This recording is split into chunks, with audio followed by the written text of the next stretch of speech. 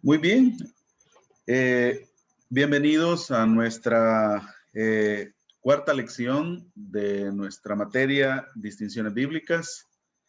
Quiero saludar a cada uno de ustedes, queridos hermanos, hermanas. No les puedo ver personalmente hoy, pero sí, es mi deseo que ustedes puedan estar bien y que juntos podamos aprender de la palabra de Dios, que puedan disfrutar de estas lecciones que vamos a ver. Quizás para algunos puedan ser un poco nueva este tema acerca de los tres tiempos de la salvación. Quizás para otros un poco conocidas porque en la clase que vimos anteriormente, en la materia que vimos anteriormente del estudio de Romanos, pues al inicio si se recuerdan, vimos también este tema de los tres tiempos de la salvación. Y hoy vamos a volverlo a ver, pero con un enfoque un poco más específico. Así que anteriormente vimos los principios generales. En las primeras lecciones vimos los principios generales de la interpretación bíblica. Y entonces, en la interpretación bíblica, bueno, tiene sus, digamos, es como caminar en una calle, es decir, y una pared a un extremo, la otra pared al otro extremo, los límites o las guías que nos proveen la dirección a nuestro estudio. Eso es lo que vamos a ver realmente en esta materia. Y vamos a aplicar ya los conocimientos que ustedes adquirieron en las lecciones anteriores, ¿verdad? Como también vamos a tratar o esforzarnos por aplicar lo que dice la palabra de Dios, sobre todo desear cumplir el mandato que encontramos cuando Pablo escribe a Timoteo en el capítulo 2, versículo 15 de segunda de Timoteo, que dice: procura con diligencia presentarte a Dios aprobado como obrero que no tiene de qué avergonzarse, que usa bien la palabra de verdad. Es menester trazar bien la palabra de verdad para que cuando estemos delante del Señor en el tribunal de Cristo, no tengamos que vernos avergonzados, ya sea porque hicimos conclusiones o teníamos creencias equivocadas en cuanto a su palabra. De manera que queremos aplicar estos principios a la primera distinción bíblica, los tres tiempos de la salvación. Muy pocos creyentes entienden cómo usar o cómo trazar bien las escrituras en esta área. Muchos creyentes, quienes han sido salvos por años, no entienden lo que vamos a estudiar en esta lección. Cuando yo hablo con las personas, siempre estoy haciendo preguntas, y muchas veces cuando estoy preguntando acerca si ellos conocen los tres tiempos de la salvación, la mayoría de las personas han dicho que no.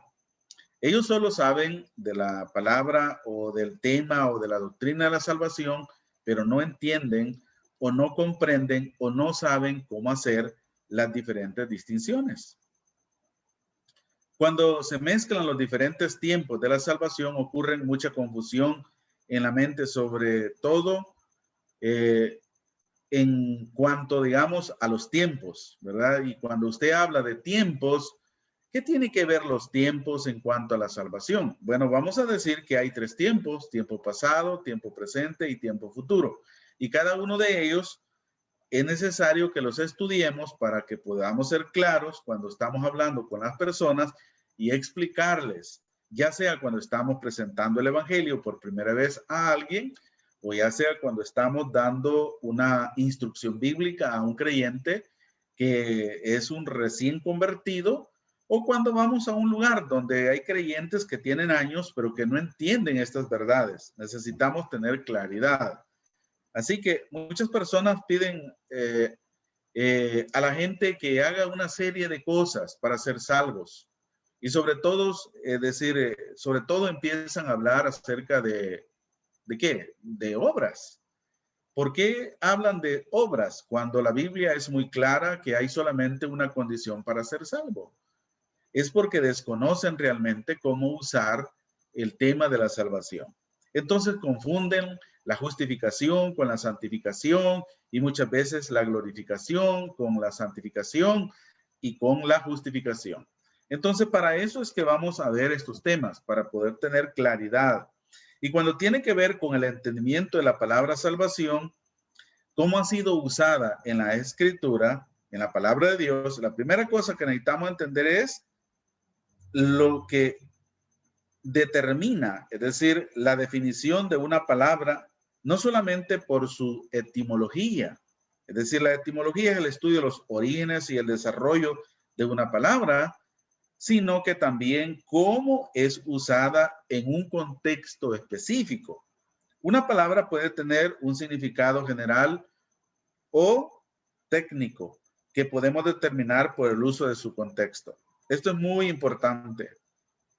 Siempre que estamos estudiando la Biblia, necesitamos estudiar su contexto. Es decir, cuándo fue dicho, por qué fue dicho, a quién fue dicho. Es decir, todas estas cosas son importantes. ¿Qué era lo que originalmente el escritor estaba tratando de comunicar a su audiencia? ¿Verdad? Es decir, entonces es muy importante. Consideremos la palabra, por ejemplo, onda. ¿Cuántas palabras onda podemos nombrar? Hace algún tiempo, cuando estaba trabajando en este material con un equipo que trabajamos para diseñarlo, prepararlo para el grupo de estudiantes y enseñarlo en el instituto, yo me fui al diccionario para ver cuántas palabras podíamos encontrar sobre la palabra onda y su contexto. Por ejemplo, la palabra onda sonora es ya sea una onda de radio, ya sea una onda de luz, es decir, que está en el aire. Estar en onda es conocer las últimas tendencias de un asunto, por ejemplo. No sé si ustedes han escuchado esa expresión, ¿verdad? Agarrar la onda, es decir, entender una indirecta o una insinuación, ¿verdad? Dicen, agarra la onda, hombre, ¿verdad? O onda sísmica. Las ondas sísmicas son cuando se genera un terremoto o un seísmo, es decir, todo aquello que vibra y que va haciendo daño a su alrededor. También una onda expansiva, es decir, se recordarán las imágenes de cuando se lanzó la bomba atómica en Hiroshima, es decir, cómo esa onda fue, es decir, extendiéndose a su alrededor y iba destruyendo, una onda expansiva. Por ejemplo, una onda del mar, ¿verdad? ¿Qué onda? Es decir, ¿cómo estás? Es una expresión coloquial que nosotros usamos en algunos países. Por ejemplo, en El Salvador, entre los jóvenes dice, ¿qué onda vos? ¿Cómo estás? ¿Verdad? Está preguntando que cómo está, ¿verdad? También ondear es ondular, es decir, una bandera o una franela. Es decir, onda corta, ya sea, o onda larga, es una, digamos, frecuencia de radio, AM, FM, o es decir, podíamos decir, etcétera, etcétera, etcétera. Muchas palabras que tienen esa expresión de onda, pero ¿qué es lo que determina la definición de onda cuando usamos esta palabra? Es decir, en sí la palabra, cuando la oímos, no puede tener diferentes significados, ¿verdad? Por ejemplo, la palabra casco también es otra palabra, ¿verdad? Es decir, puede referirse a la protección de la cabeza de un motociclista, puede referirse, digamos, a las patitas de un animal, de una bestia, o al casco de la ciudad, que se refiere a la hacienda. En fin, hay otras expresiones, otras palabras que se usan para casco, pero dependiendo, es decir, el contexto, así es el significado. Entonces, lo que determina el significado de la palabra es su contexto. En la misma manera, el sustantivo salvación o el verbo salvar o ser salvo, dependiendo del contexto, puede referirse a varias cosas, ¿verdad? La etimología de la palabra salvación lleva la idea de liberación de alguien o de algo, ¿verdad? Ya sea ser rescatado de alguien o de algún peligro o de un enemigo.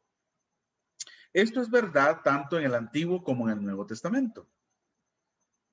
Pero en cada contexto necesitamos determinar a qué tipo de liberación se refiere o de qué está siendo salvo una persona. En general, hay dos tipos de salvación en la Biblia.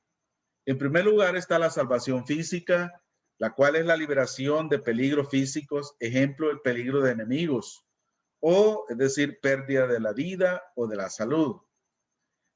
En segundo lugar, es decir, está la salvación espiritual. Es la liberación de peligros espirituales, es lo que veremos en esta lección. Esto es lo que realmente nos interesa estudiar más.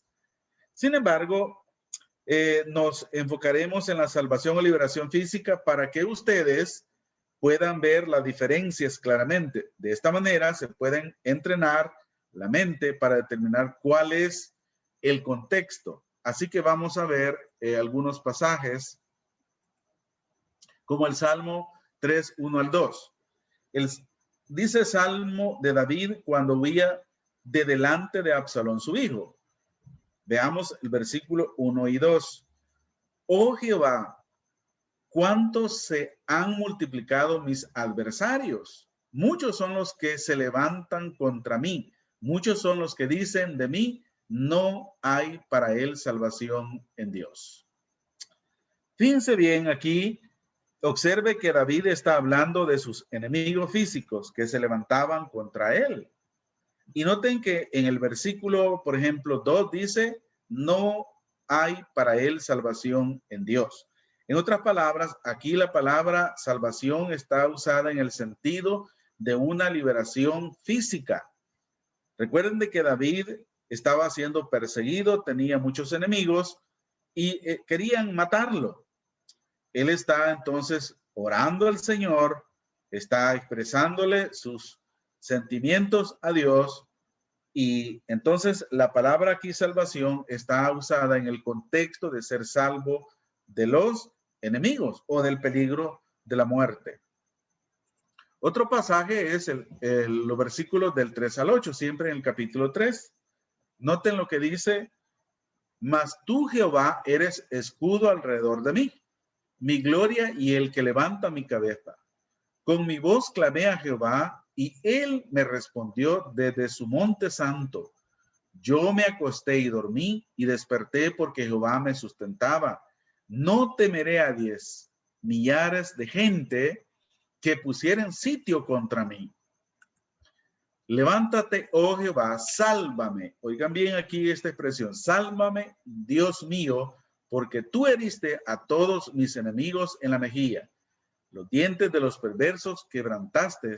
La salvación es de Jehová, sobre tu pueblo sea tu bendición. Noten ustedes aquí que él está exclamando a Dios, Jehová, sálvame. ¿Sálvame de quién? Del peligro, ¿verdad? El verbo sálvame en el versículo 7, en este contexto, habla de una liberación o salvación física, porque dice, porque tú heriste a todos mis enemigos en la mejilla, los dientes de los perversos quebrantaste. Entonces él está hablando de una salvación física.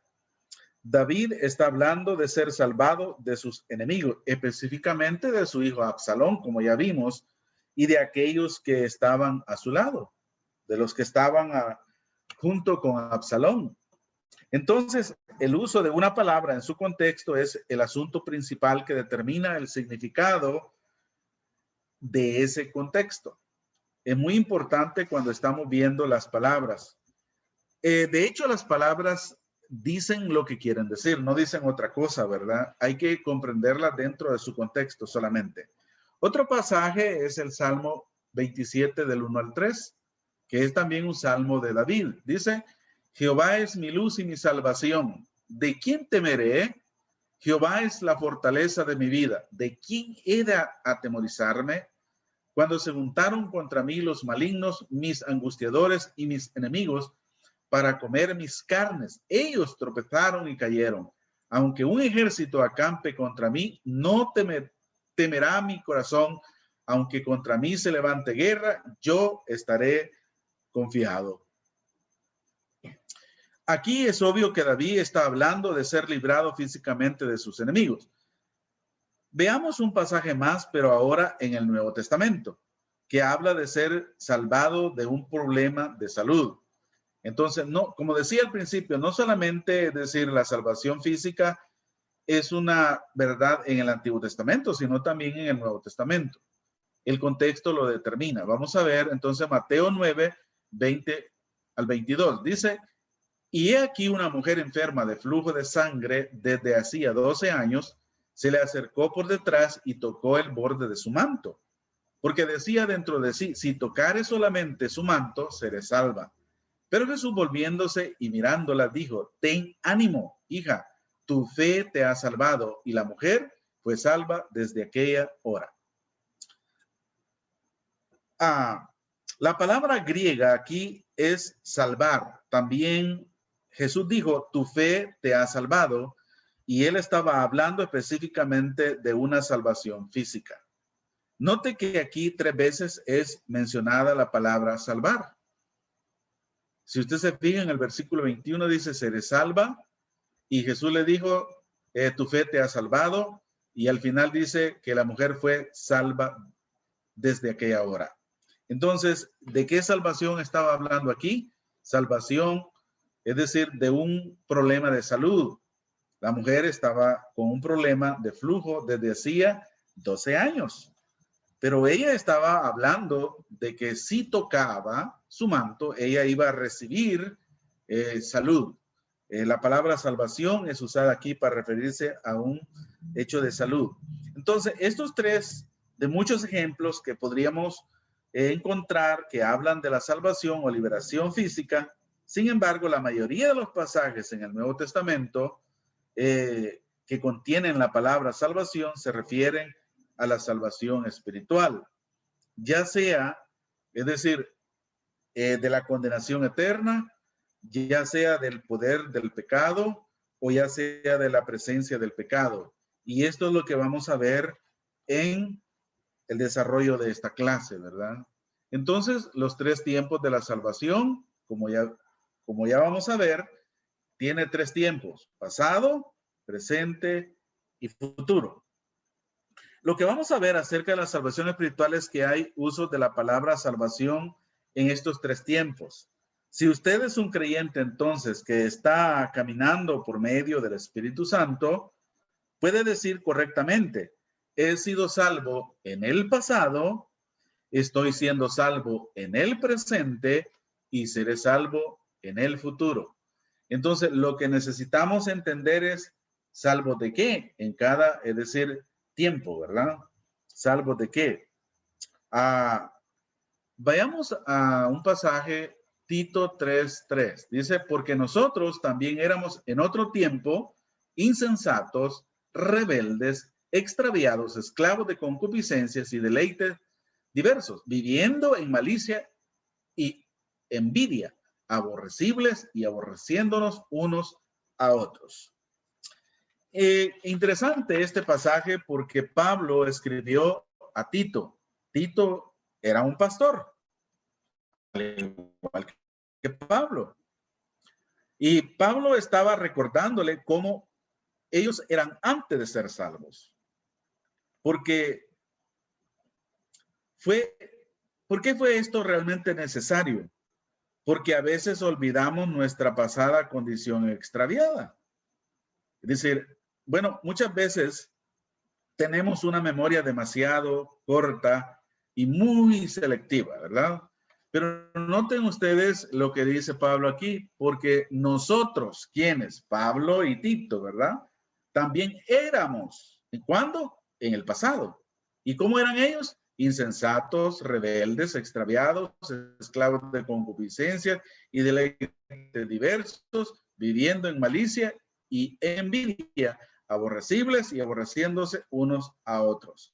Es decir, bueno, ellos estaban siendo realistas, porque esta realmente es la condición de todos. Esto no era verdad solo de Pablo y de Tito, sino que esta es la verdad de todas las personas que venimos, ¿verdad? Es decir, con una naturaleza pecaminosa.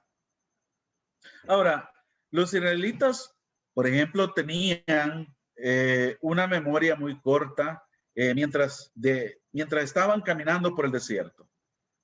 Cuando ellos quitaron sus ojos del Señor, comenzaron a murmurar, porque este es el problema. Cuando nosotros cambiamos nuestro enfoque del Señor y lo cambiamos por el mundo, entonces empezamos a ser insensatos. Noten lo que dice el siguiente pasaje. Números 11, 4 al 6. Y la gente extranjera que se mezcló con ellos tuvo un vivo deseo, y los hijos de Israel también volvieron a llorar y dijeron, ¿quién nos diera a comer carne? Nos acordamos del pescado que comíamos en Egipto de balde, de los pepinos, los melones, los puerros, las cebollas y los ajos. Y ahora nuestra alma se seca, pues nada sino este maná ven nuestros ojos. Les convenía a ellos olvidar realmente los látigos, ¿no? Las condiciones crueles del trabajo y la vida dura en barrios miserables donde ellos vivían, porque no vivían ellos en las ciudades importantes, sino en los barrios más miserables, en los barrios más pobres, en las marginales. Es lo mismo con nosotros hoy en día, hermanos. Tendemos a recordar solamente qué tan buenos fuimos en el pasado y no qué tan malos éramos ante los ojos de un Dios santo y perfecto. Siempre es así el ser humano. Es decir, muchos cuando vienen a Cristo empiezan a recordar su vida pasada, que cuando no eran creyentes vivían mejores. Tenían un mejor empleo, tenían más dinero, tenían un buen auto, tenían un buen trabajo, tenían cosas que hoy no tienen y empiezan a añorar las cosas del pasado. ¿Y sabe cuál es el problema? Porque se han desenfocado del Señor y se están enfocando en las cosas del pasado. Hay un cambio de perspectiva. Eso realmente es malo y peligroso. Eso le pasó realmente a Israel y nos puede pasar a nosotros a diario. A medida que aprendamos y crezcamos en la gracia, veremos las cosas del mundo más y más desde el punto de vista divino. Esto es lo que importa, esto es lo que necesitamos hacer. Solamente entonces podremos ver qué tan miserable éramos, ¿verdad? Antes de ser salvos. Y esto nos debería causar el hecho de agradar a Dios aún más por su amorosa bondad y misericordia hacia nosotros. A veces cuando vemos la vida de otras personas en el mundo, pensamos que hemos perdido una vida muy divertida o alguna relación maravillosa, porque quizás uno los ve que ellos se divierten, ellos vacacionan, ellos tienen fiestas, bueno, y hacen una serie de cosas que creemos que eso es mejor que realmente que lo que vivimos ahora en Cristo. Pero Dios nos hace recordar que tan miserables son los incrédulos, ¿verdad? Son insensatos, dice el apóstol Pablo. Son rebeldes, desobedientes y engañados. Son esclavos de concupiscencias y deleites de su naturaleza pecaminosa. No tienen otra opción. Ellos viven en malicia y envidia, aborreciéndose unos a otros. Si eso cree usted que es de vida, está equivocado.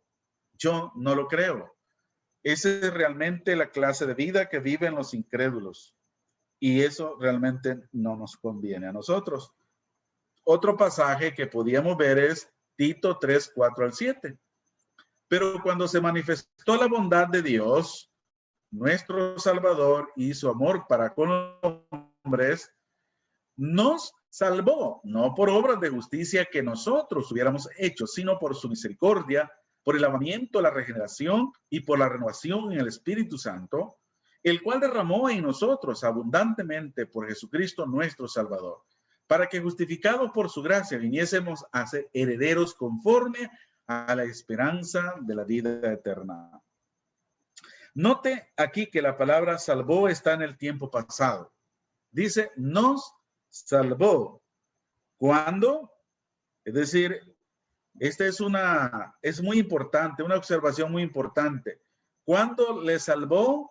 Cuando ellos confiaron en Jesucristo solamente. Cuando ellos pusieron su fe. Esto es algo que era verdad en Pablo y algo que era verdad en Tito, a quien Pablo estaba escribiendo esta carta.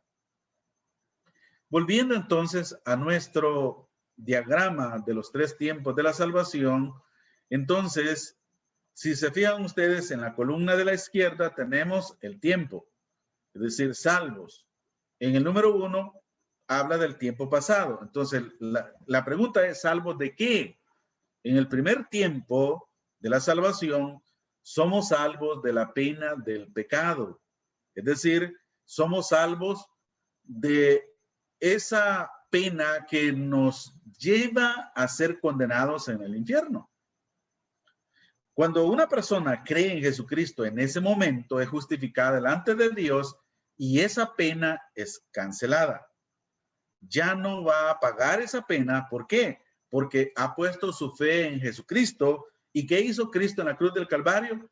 Él pagó la pena de nuestros pecados, como dice 1 Corintios capítulo 15, versículos 3 y 4. Pablo les dijo a los corintios, porque primeramente os he enseñado lo que asimismo recibí, que Cristo murió por nuestros pecados. Cristo no murió por los pecados de él, él murió por nuestros pecados, por los pecados de usted y por los míos.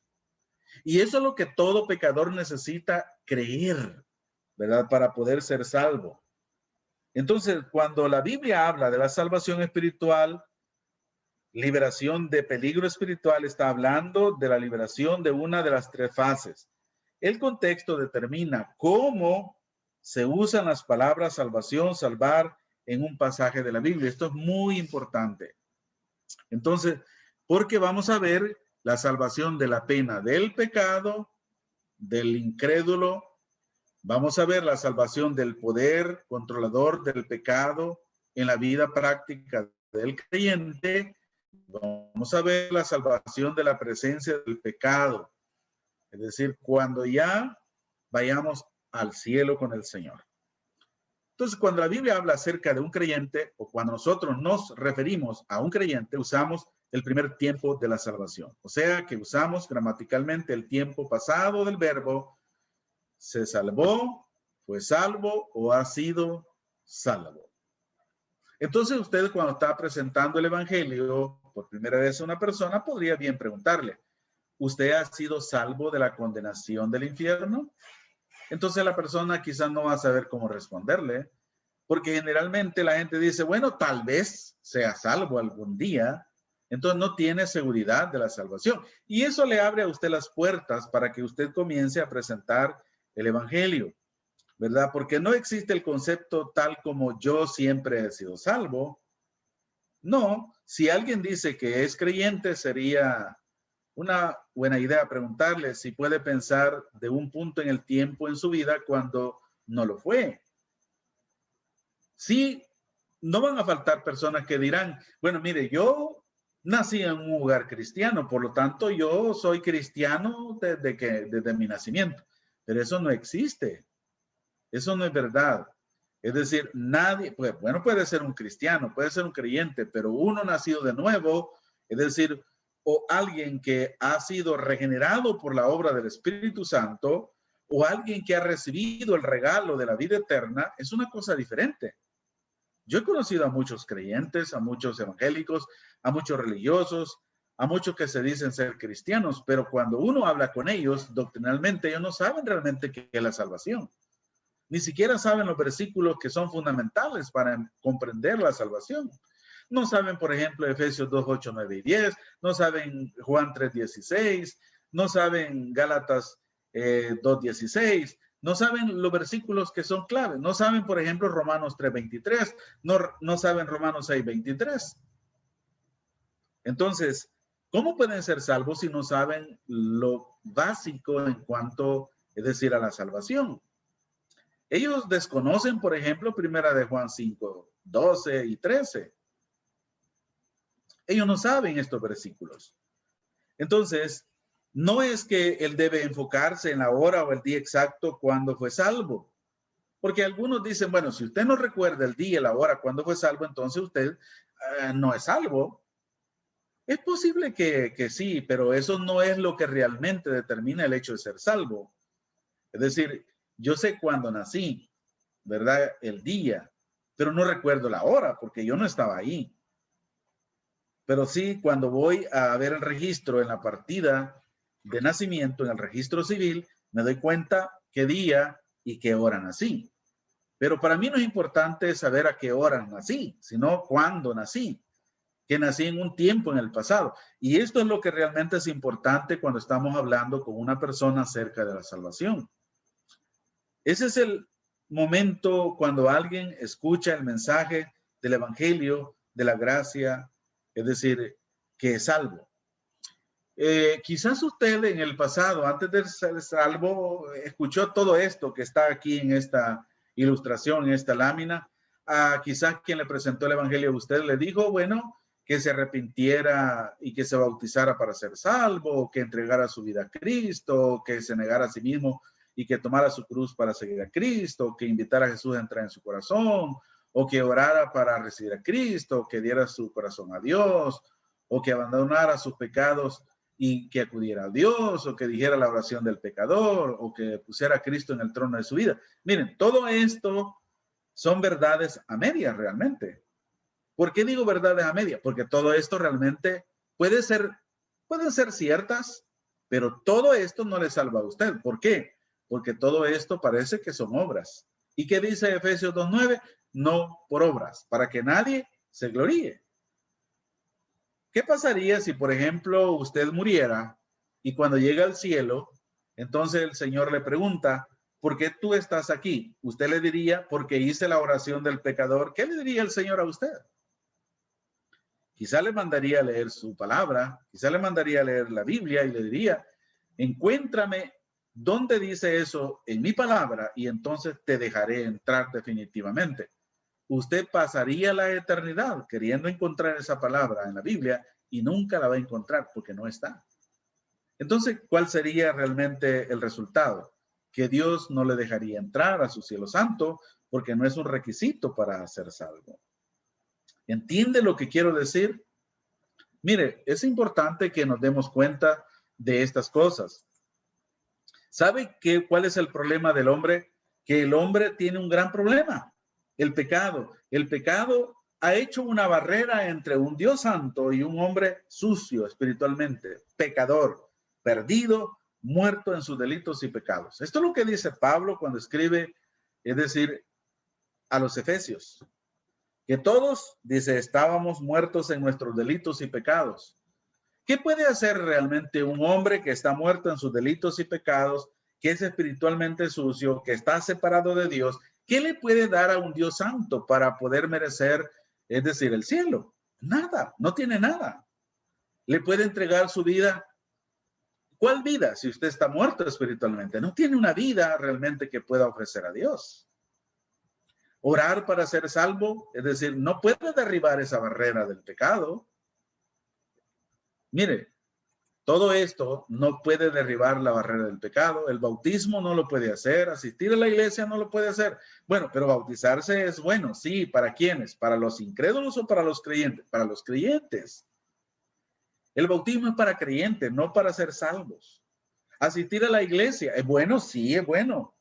El escritor de Hebreos dice que no hay que dejar de congregarnos como algunos tienen por costumbre. ¿Para ser salvos? No, porque ya somos salvos. Amar al prójimo, es decir, ¿es bueno amar al prójimo? Sí, pero ¿para qué? ¿Para ser salvo? No, porque somos hijos de Dios, porque somos creyentes en Cristo, porque somos salvos y porque es la manera como nosotros debemos de mostrar el amor de Cristo al prójimo. Obedecer los 10 mandamientos. Si esto fuera verdad en el Antiguo Testamento, la gente se hubiera salvado por guardar los mandamientos, pero ninguno fue salvo por guardar los mandamientos. ¿Saben por qué? Porque nadie los pudo cumplir. Es más, antes que Moisés bajara del monte de Sinaí con las tablas de la ley, 4 mandamientos habían sido quebrantados. Los ritos religiosos. Bueno, dentro de la iglesia evangélica cristiana o cristiana evangélica, solamente hay 2 ritos. ¿Cuáles son los 2 ritos? El bautismo en agua y la cena del Señor. ¿Son importantes estos ritos? Sí, pero estos ritos son para ser salvos. No. ¿Para quién es el rito de la cena del Señor? La mesa del Señor es para creyentes, no es para incrédulos. ¿Para quiénes es el rito del bautismo? Para creyentes, no para incrédulos. Esto es muy importante entenderlo. Entonces, nada de lo que usted y yo podamos hacer puede derribar esta pared. Pero la buena noticia es que Cristo lo hizo. Cuando Cristo murió en el Calvario, Él derribó esa pared del pecado que nos separaba, es decir, de un Dios santo y de un hombre pecador. El evangelio es que Cristo murió por nuestros pecados y resucitó de la muerte. La barrera del pecado ha sido derribada y ahora el hombre tiene acceso a Dios. ¿Quién es el acceso a Dios? ¿Recuerdan qué dijo Jesús de sí mismo en el evangelio de Juan? Yo soy el camino, la verdad y la vida, y nadie viene al Padre si no es por mí. Es decir, nadie puede ir a Dios por otro camino, solamente por medio de Jesucristo. Qué interesante es cuando nosotros entendemos esto. En la corte del cielo, Jesús fue declarado culpable de los pecados del mundo. Dios dio, es decir, sobre su mesa con el mazo de su justicia, diciendo, culpable de los pecados del mundo. Jesús llevó el pecado del mundo en su cuerpo sobre la cruz. Eso fue el momento más difícil realmente para Dios Padre, cuando todos los pecados del mundo fueron puestos sobre la persona de Cristo. Y es cuando Dios dio la espalda a su Hijo, y es cuando su Hijo clamó, Dios mío, ¿por qué me has desamparado? Porque todos los pecados del mundo habían sido puestos o fueron puestos sobre Él, porque Cristo murió por nuestros pecados. Dios castigó a su propio Hijo, Jesús, en lugar nuestro. La culpa que nosotros merecemos fue cargada sobre el cuerpo de Cristo. Dios imputó, es decir, todos los pecados nuestros en el cuerpo de Cristo, y por eso Cristo murió, para poder cargar con nuestros pecados y así darnos la salvación y así proporcionarnos por gracia la salvación. Este es el evangelio, estimado oyente. Este es el evangelio que necesitamos comprender. Este es el evangelio que necesitamos vivir. Este es el evangelio que necesitamos predicar. Este es el evangelio que necesitamos defender. El evangelio de la gracia de Dios. ¿Cuál es el requisito para recibir el regalo de la vida eterna? ¿Cuál es el requisito para ser justificado delante de Dios? ¿Cuál es el requisito para ser salvo de la condenación eterna? La fe sola. ¿En quién? En Cristo solamente y en nadie más. Efesios 2, 8 y 9 dice, porque por gracia sois salvos, por medio de la fe. Y esto no de vosotros, pues es don de Dios, no por obras, para que nadie se gloríe. Para que nadie se gloríe. La frase sois salvos en el idioma griego es mucho más enfática que en el español. En el griego, Pablo usa el tiempo presente del verbo tú eres, con el participio del tiempo perfecto y la voz pasiva que describe el estado de ser, habiendo sido salvo. Esta es la forma correcta, ¿verdad? Porque por gracias habiendo sido salvos por medio de la fe. Así debiera de decir. Lingüísticamente esto es una perifrástica perfecta. No hay un buen equivalente en el español. Lleva la idea de usted está habiendo sido salvo, ¿verdad? Que no se oye bien, para nada. Es decir, para nada no tiene, parece que eso no tiene sentido.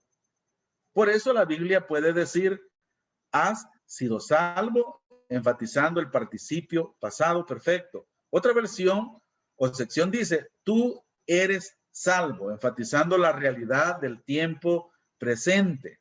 Y es un tiempo presente que continúa siendo verdad. Ambos son correctos, pero en el griego es más completo porque lleva las dos ideas. Miren, cuando estudiamos el griego, algunas veces nos encontramos con cosas que no tienen sentido para nosotros. Pero es que no tengan sentido, es cuestión de idioma, ¿verdad? Porque en el español, nosotros, o en el inglés, ¿verdad? Incluso cuando estamos estudiando inglés, hay cosas que no tienen sentido para nosotros. Es cuestión de idioma, ¿verdad? El verbo del tiempo presente indica que usted, como creyente, porque Pablo está hablando a creyentes. Recuerden de que la iglesia de Éfeso, Pablo escribió a esta iglesia y ellos eran creyentes. Pablo no está asumiendo de que no eran creyentes, no, Pablo asume que ellos son creyentes, ¿verdad? Por eso él está escribiendo a creyentes. Siempre está en el estado de ser, ¿verdad? En una salvación permanente que no se puede deshacer ni perder. Esta es la manera como realmente el Espíritu Santo inspiró a Pablo para que escribiera a estos creyentes. No está hablando de una salvación que puede ser o posiblemente o que pueden perder. No, está hablando de una garantía de la salvación. Porque la salvación no se basa en lo que hacemos o dejamos de hacer, sino en la obra de Cristo y que nosotros hemos puesto nuestra fe en él. El tiempo perfecto, el participio indica una acción completada con resultados que continúan. Y la voz pasiva del participio indica que la acción fue hecha a nosotros de otra persona. O sea que Dios lo hizo por nosotros y en nosotros. La salvación no depende de nosotros. Depende de Dios, ¿verdad?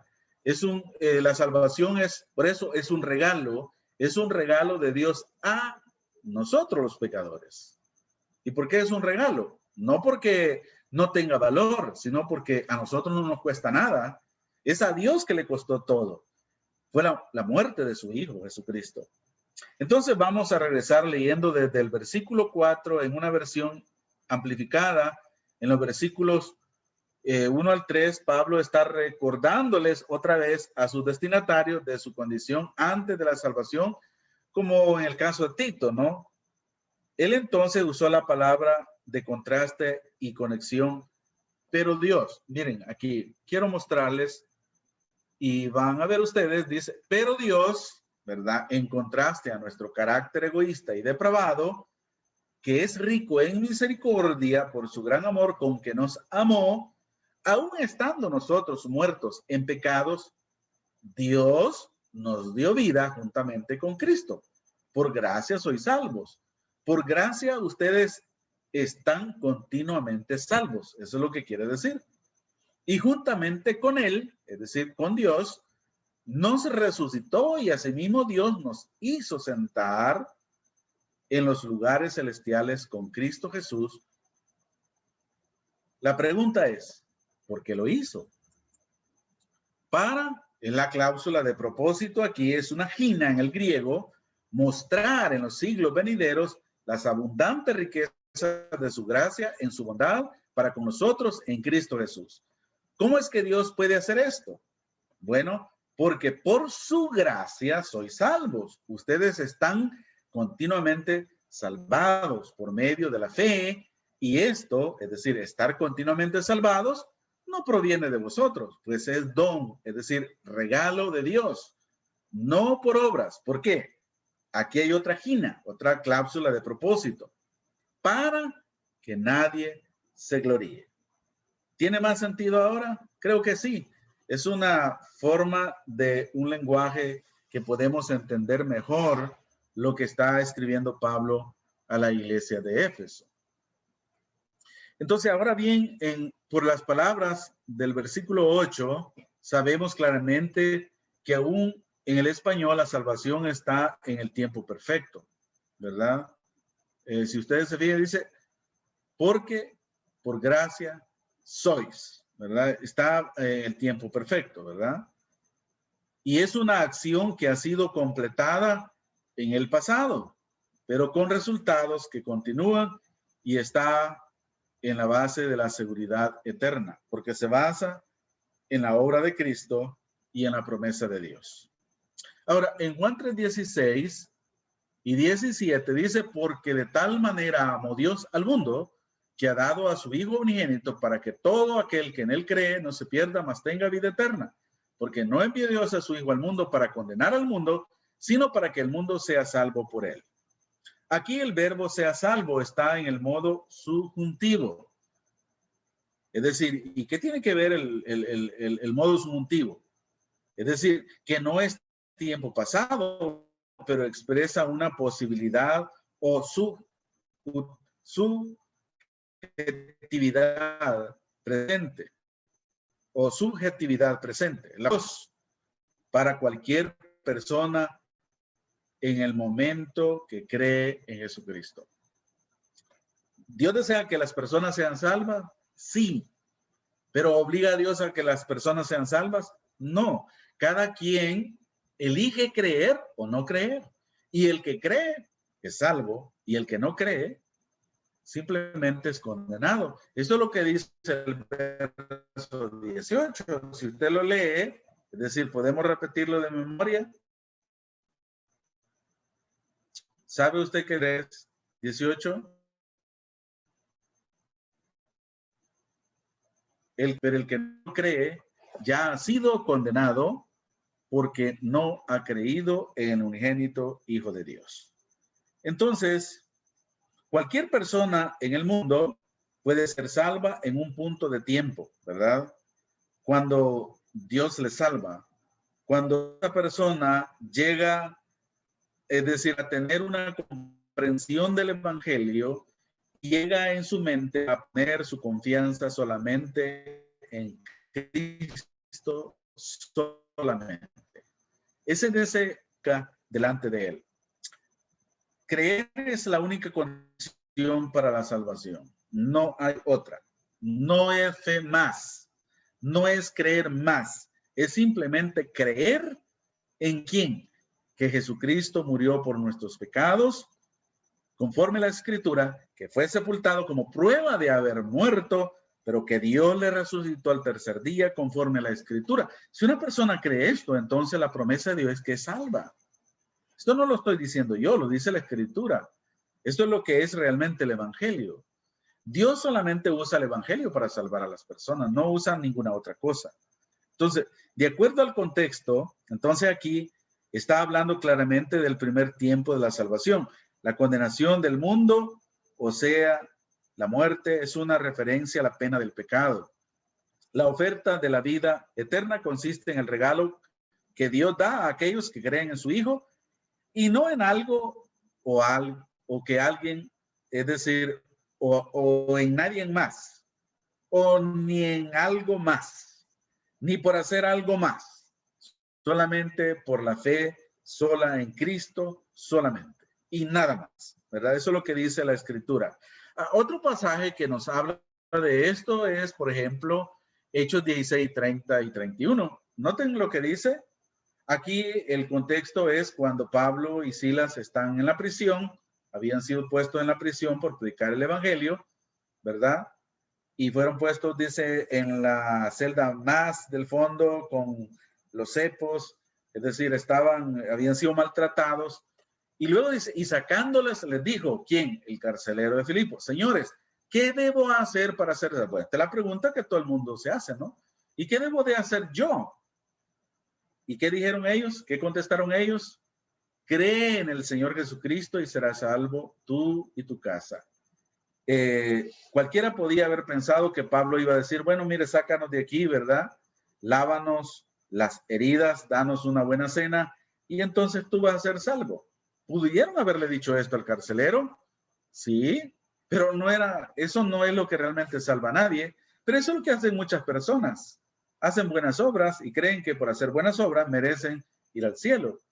Pero Pablo y Silas fueron muy directos, muy responsables en enseñar la condición única que Dios ha dicho que es necesaria para la salvación. Creer en el Señor Jesucristo. ¿Y cuál es el resultado? Ser salvo o serás salvo. Entonces, aquí el verbo salvo está en el tiempo futuro. Sin embargo, no puede referirse al tercer tiempo de la salvación. ¿Por qué? Porque ellos estaban hablando a un incrédulo, ¿verdad? Usa el tiempo futuro porque el carcelero de Filipo todavía no había sido salvo. Uno no puede ser salvo de la presencia del pecado a menos que primero haya sido salvo de la pena del pecado. Tampoco no puede ser salvo del poder del pecado en la vida cristiana a menos que haya sido salvo de la pena del pecado. El primer tiempo de la salvación, la justificación, necesita ocurrir primero. Es decir, es como el nacimiento biológico.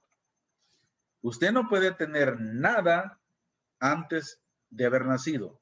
Todo lo que puede tener es después de haber nacido. Y esto es verdad en cuanto a la salvación también espiritual, ¿verdad?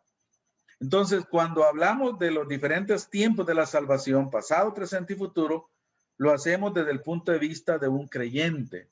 Para el incrédulo, los tres tiempos siempre son futuros, ¿verdad? Entonces, hablar del tiempo pasado de la salvación es cuando estamos hablando con personas que ya son salvos, porque ellos fueron salvos en un tiempo en el pasado.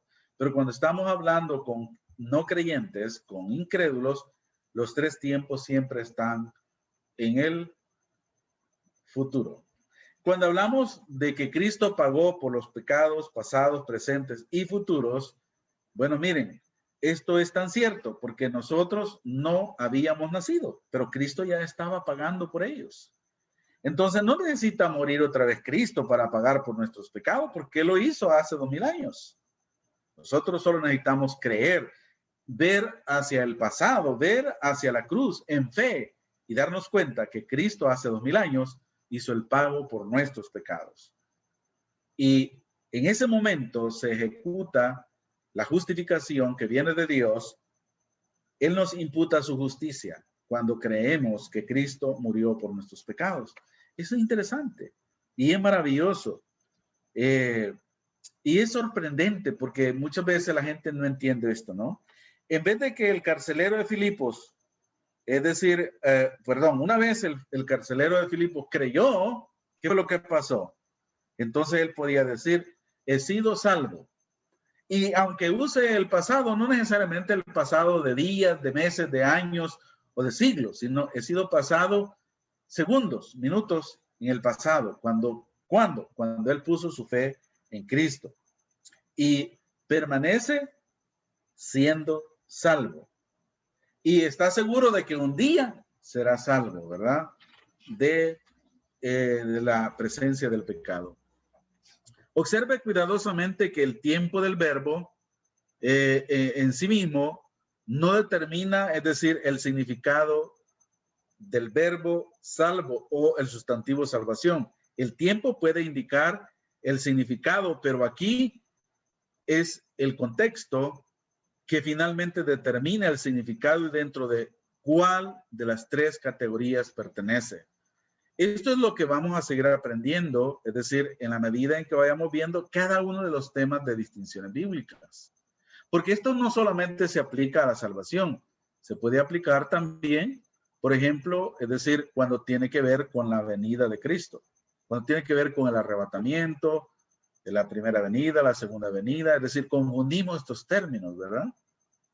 Cuando tiene que ver con la seguridad eterna, es decir, cuando tiene que ver con los ministerios del Espíritu Santo, antes, durante y después de la salvación. Es decir, hay que tener una comprensión de los tiempos, pero el contexto siempre va a determinar el significado de las palabras. Estos pasajes son buenos ejemplos y se refieren a la salvación de la pena del pecado, que para el creyente es siempre una realidad pasada.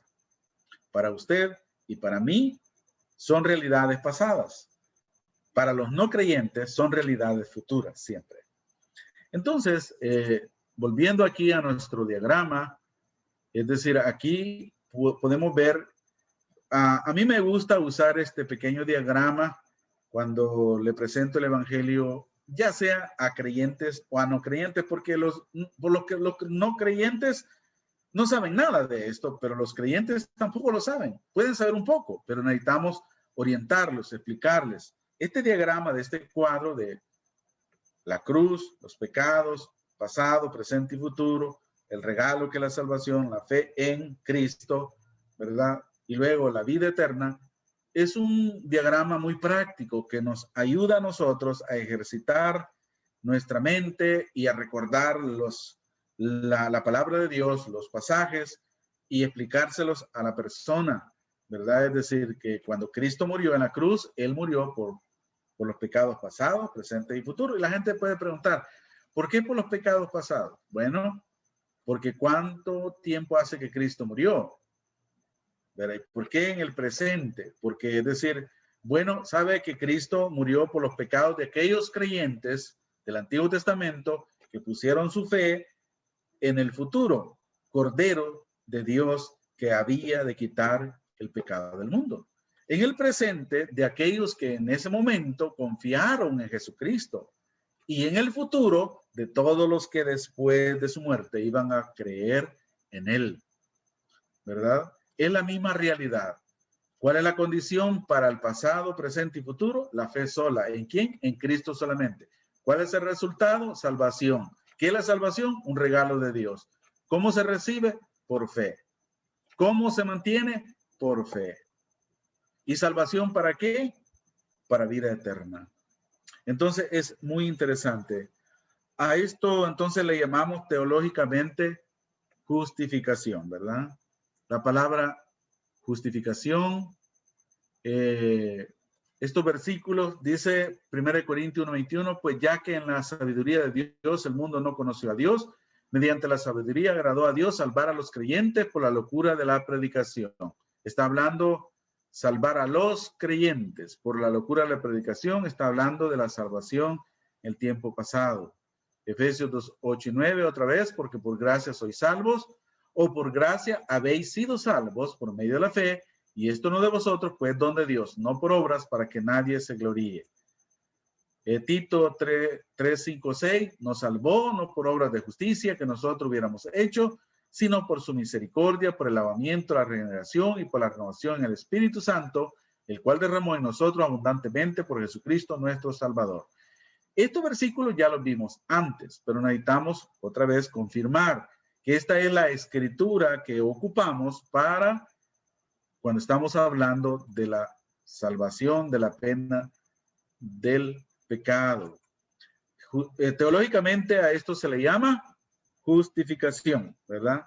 Esto se refiere al acto divino por parte de Dios al declarar judicialmente recto y aceptable ante él a un pecador. ¿Basado en qué?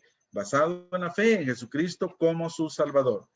Esto no es decir que los creyentes son absueltos de sus pecados como si nunca fueron culpables del pecado o como que ya realmente ya no tienen pecado. Eso no es verdad, ¿verdad? Eso no significa que la persona ha actuado siempre rectamente. Lo que sí significa es que Dios ahora ve al creyente por medio de la justicia de Cristo. No obstante, la persona es declarada judicialmente recta ante los ojos de Dios por causa de la justicia de Jesucristo. Y esto es lo que hemos visto en Romanos 3:21 al 28 y en Romanos 4, el 1 al 25, cuando habla acerca del ejemplo de la justificación, poniendo de ejemplo a Abraham, que él fue salvo por medio de la fe. ¿En qué tiempo? En la dispensación de la promesa, ¿verdad? Y también pone un ejemplo ahí de David, ¿verdad? Que vivía en otra dispensación, en la dispensación de la ley.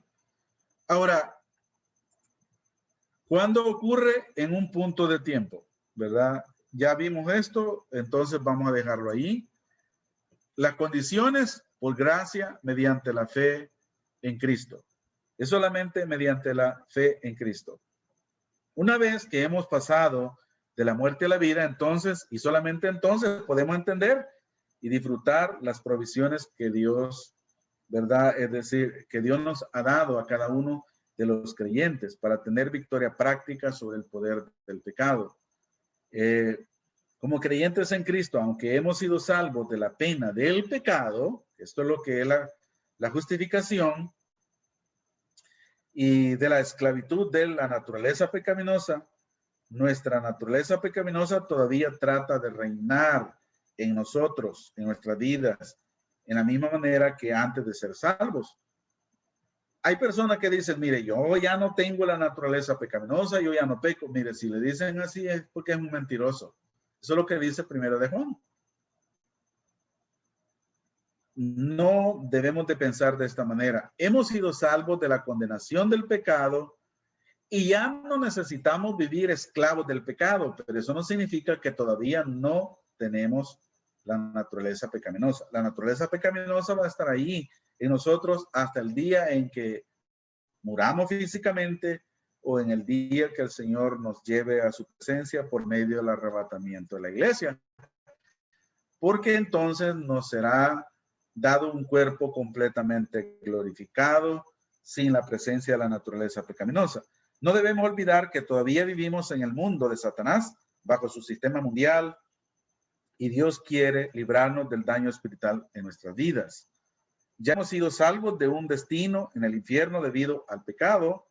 Ahora Dios quiere salvarnos del poder del pecado, o sea, del daño que el pecado quiere hacer en nuestras vidas. Y en la siguiente clase, entonces, esto es lo que vamos a ver. Vamos a ver dos tiempos más, el tiempo presente y el tiempo futuro. Así que demos gracias a Dios por esta clase, ¿verdad? Ha sido un poco larga, pero es importante que podamos nosotros dedicar un tiempo a revisar cada una de las notas y ojalá que ustedes pudieron ir tomando notas. Aquí al final van a tener el cuadro completo para que ustedes puedan completar si se quedaron en tomarlas. Yo sé que ustedes van prácticamente al momento que vamos hablando, escribiendo y tomando notas. Y cuando tengan alguna inquietud, pues no duden en escribir, ¿verdad? Y con gusto vamos a responderles sus dudas. Nuestro propósito es que ustedes puedan aprender y que podamos ser lo más claro y precisos posible, que son difíciles. Pues como decíamos al principio, como decía el hermano Salvador, Pastor Salvador al principio, ¿verdad? Hay cosas que quizás no queden claras la primera vez, pero en la medida en que vamos avanzando, van a ir siendo aclaradas y van siendo despejadas de su cabeza aquellas inquietudes. Solo les rogamos que sigan teniendo paciencia, que sigan orando al Señor, pidiendo por sabiduría para ustedes y para nosotros, y que el Señor pueda darnos la iluminación necesaria para explicar y para entender su palabra. Que el Señor nos bendiga.